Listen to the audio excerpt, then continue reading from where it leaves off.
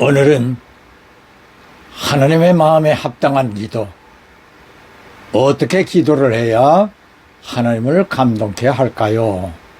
오늘의 질문입니다. 우선 기도에 대하여 우리가 알아야 할 것이 있습니다.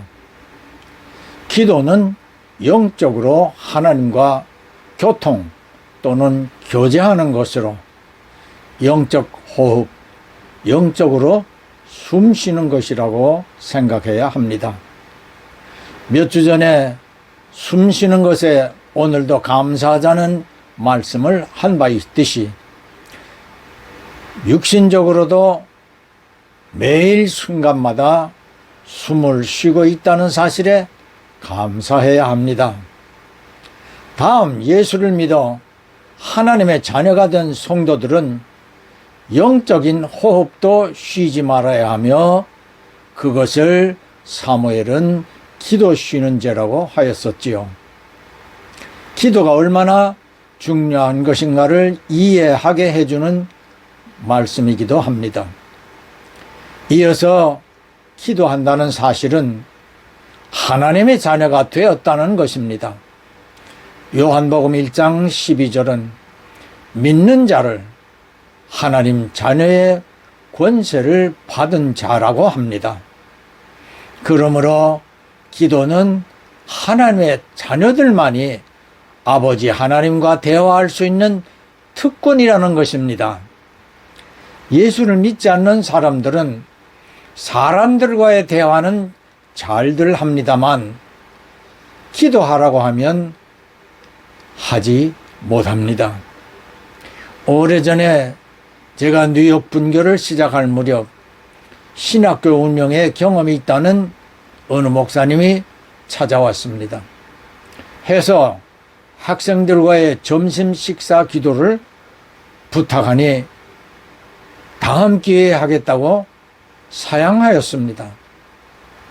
나중에 알고 보니 한때 크게 문제를 일으켰었던 어느 신학교에서 비정상적으로 목사 안수를 받고 그곳에서 행정 담당을 한 사람이었습니다.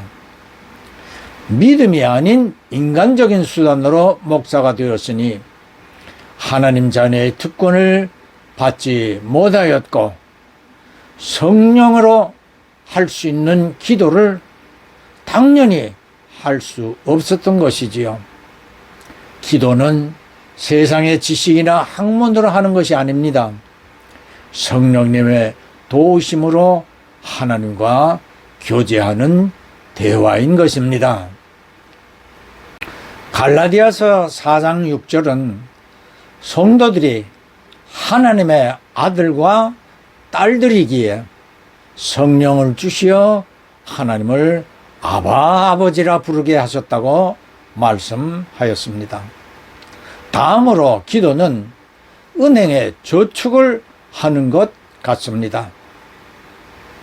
고린도후서 12장 14절 하반에 어린아이가 부모를 위하여 저축하는 것이 아니요 부모가 어린아이를 위하여 저축을 한다고 하였듯이 성도들이 오래전에 기도했던 것을 모두 기억할 수 있겠습니까? 저 역시 기억하지 못하는 것이 많습니다.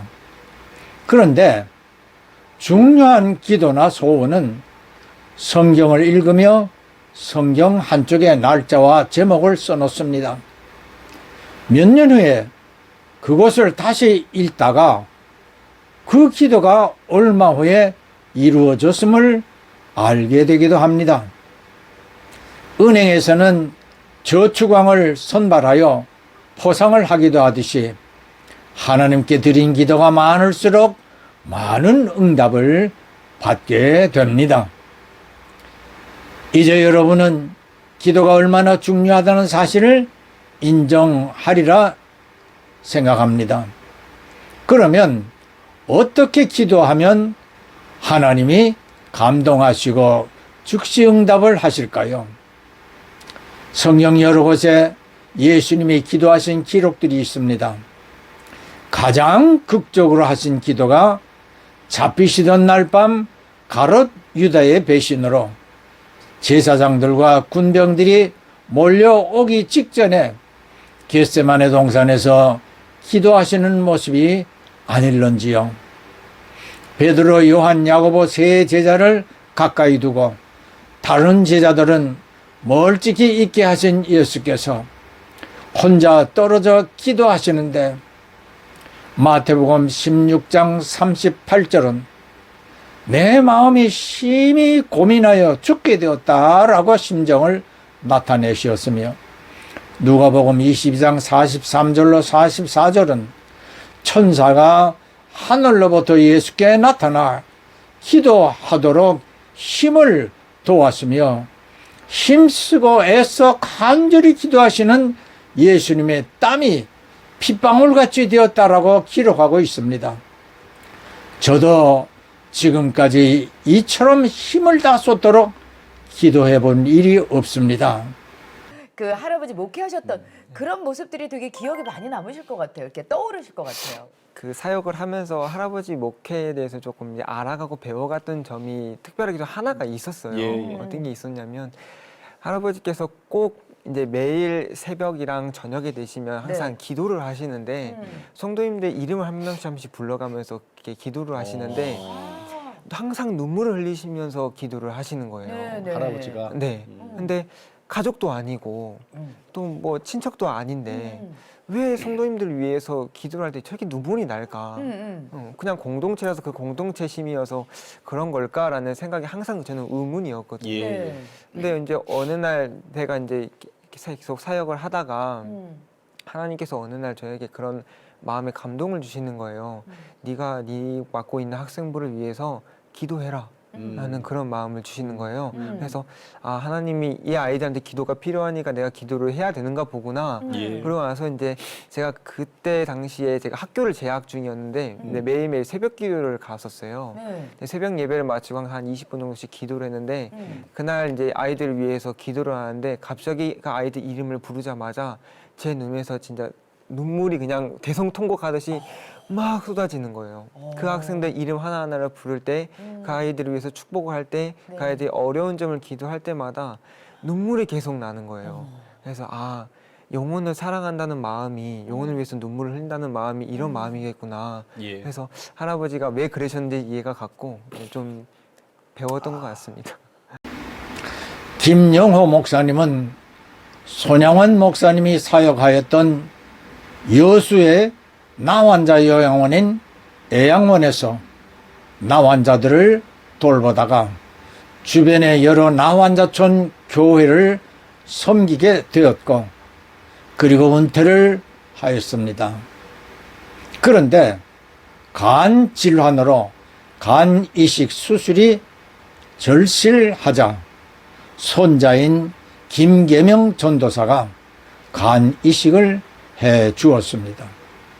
그리고 김 전도사는 할아버지가 목회를 하면서 새벽 기도 때마다 교인들의 이름 하나하나를 부르며 눈물로 하나님께 교인들을 위하여 기도하는데 크게 감명을 받았으며 이후 학생부를 맡게 되자 자신도 새벽 기도에서 학생들의 이름 하나하나를 부르며 자신도 모르게 학생들의 어려운 형편들을 위하여 눈물로 기도하게 되었다고 새롭게 하소서에 출연하여 간증을 하였습니다. 목회자들은 자신에게 맡겨진 양떼들의 형편을 부지런히 살피며 눈물을 흘리며 하나님께 중보에 기도해야 함을 할아버지의 눈물의 기도를 보고 깨닫게 되었음을 고백하였습니다. 이 영상을 보며 저도 제 어머님이 새벽마다 우리 팔남매와 배우자 그리고 손주 손녀들의 이름까지 하나하나 부르면서 눈물로 기도하시던 모습을 생각나게 하였습니다. 사랑하는 성도 형제자매 여러분, 부모의 심정으로 자녀를 위하여 눈물로 기도하는 것만큼 더 귀한 기도가 또 있을까요? 저도 물론 목회를 하며 새벽 기도 때마다 교인들 하나하나 이름을 불러가며 기도하면 그들의 형편처지가 어떠한지 떠오르게 되어 그들을 위하여 간절하게 기도를 하지 않을 수 없었습니다. 화원교회에 다녀온 후에 저는 교인 전체 사진과 항존직 직분자 이름을 하나하나 부르며 그 가정과 하는 일을 위하여 기도하며 이름을 지어준 그들의 이름에 걸맞는 충성을 다하도록 간구하고 있습니다.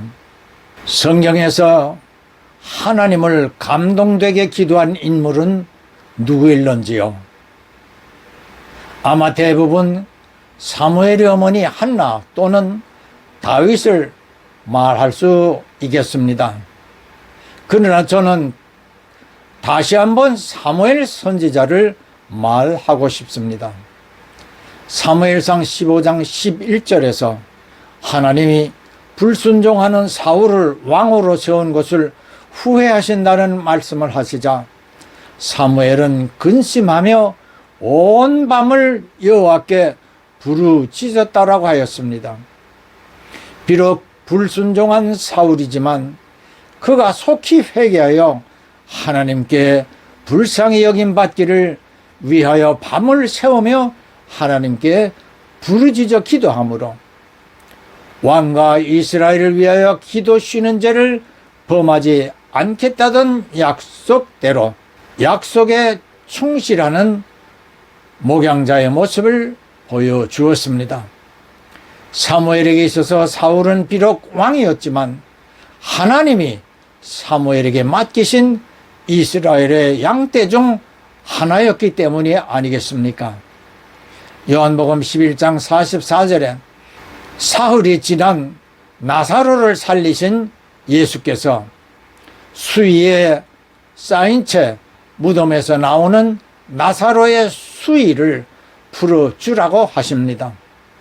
이 말씀은 에베소서 5장 14절에서 잠자는 자여 깨어서 죽은 자들 가운데서 일어나라 그리스도께서 내게 비추시리라고 한 말씀과 관련이 있습니다. 나사로처럼 죽음에서 살아난 사람을 풀어주어야 하는 것 같이 영적으로 잠에 취한 사람을 깨워주어야 할 의무가 모든 성도들에게 주어져 있습니다. 에베소서 6장 18절입니다. 모든 기도와 간구로 하되 언제나 성령 안에서 기도하고 이를 위하여 깨어 구하기를 항상 힘쓰며 여러 성도를 위하여 기도하라.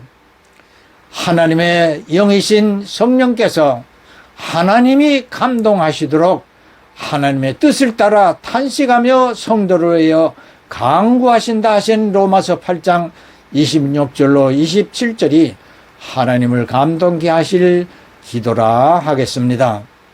화원교회 70주년 감사 예배 때 김유호 장로님이 예배 기도를 할 때 제가 너무 감격하여 눈물이 앞섰었는데 내 평생 소원 이것뿐 제7회 화원교회 개척 이야기를 담은 영상을 수없이 보고 또 보고 그때 저희들의 마음에서 기도하는구나 라는 감동이 확 제 마음을 사로잡았기 때문입니다.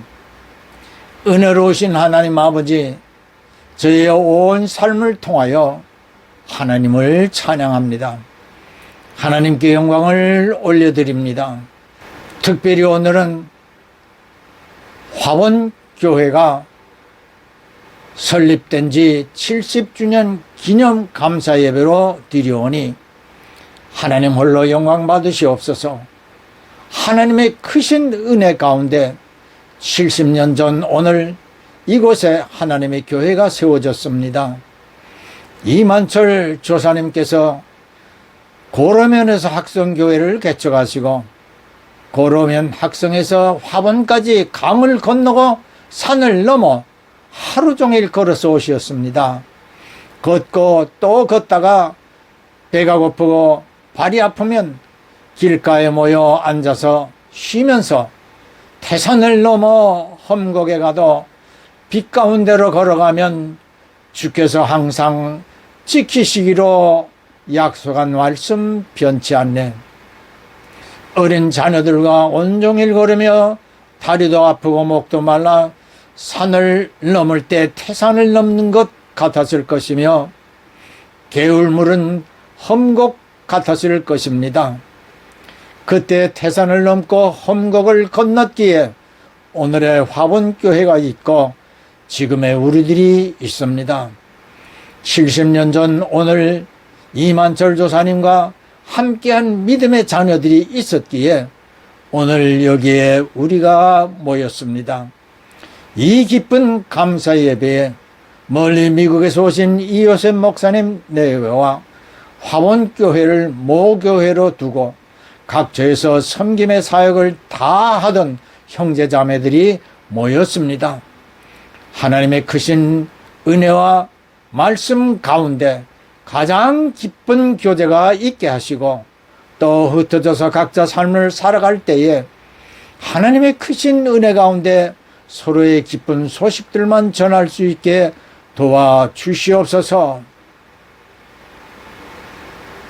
100주년을 향한 화원교회와 모든 성도들이 꿈과 비전을 가지고 세계로 나아가는 교회 되기를 주 예수님 이름으로 축복합니다. 예, 아멘, 할렐루야.